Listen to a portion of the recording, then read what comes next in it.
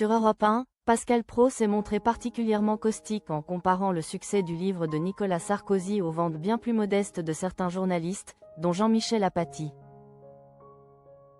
Pascal Praud n'a pas mâché ses mots sur Europe 1 en commentant les ventes de livres et les flops de certains journalistes. Le polémiste a notamment pointé du doigt Jean-Michel Apathy et n'a pas hésité à brocarder le journaliste sur le ton de la provocation.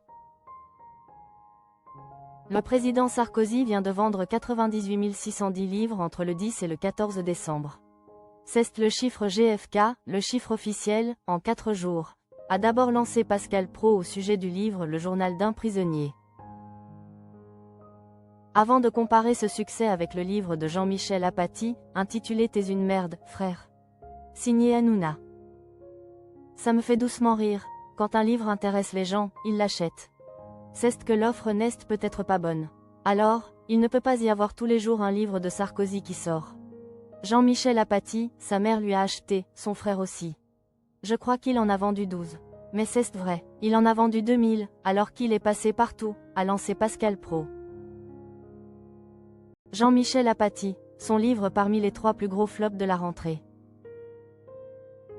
Le journaliste et animateur a poursuivi sa critique en comparant les ventes de l'ancien président avec d'autres flops éditoriaux de la rentrée. Déjà 3 livres qui sont les 3 plus gros flops de la rentrée. Jean-Michel Apathy avec 2397 exemplaires. L'ancienne patronne de France Inter, elle est également passée par Quotidien pour vendre son livre, elle en a vendu 700. Donc c'est quand même extraordinaire, il en a vendu 100 000 en 4 jours, a-t-il insisté. Si le livre de Nicolas Sarkozy se vend comme des petits pains, l'ancien président reste marqué par sa condamnation dans l'affaire du financement libyen. Il a été condamné en première instance à 5 ans de prison, dont 2 fermes, et à une amende de 100 000 €. Du 21 octobre au 10 novembre dernier, il a été incarcéré à la prison de la Santé, à Paris, avant d'être libéré après 20 jours d'appel.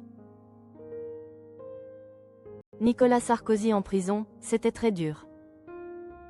Devant la cour d'appel de Paris, Nicolas Sarkozy a raconté combien cette période a été éprouvante. C'était très dur, ça l'est certainement pour tout détenu, je dirais même que c'était éreintant. Je veux rendre hommage au personnel pénitentiaire qui a été d'une humanité exceptionnelle et qui a rendu ce cauchemar, parce que c'est un cauchemar, supportable, a-t-il confié. Pour occuper son temps derrière les barreaux, l'ancien président a trouvé refuge dans l'écriture.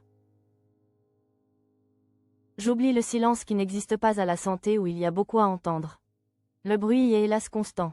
À l'image du désert, la vie intérieure se fortifie en prison, a-t-il également expliqué.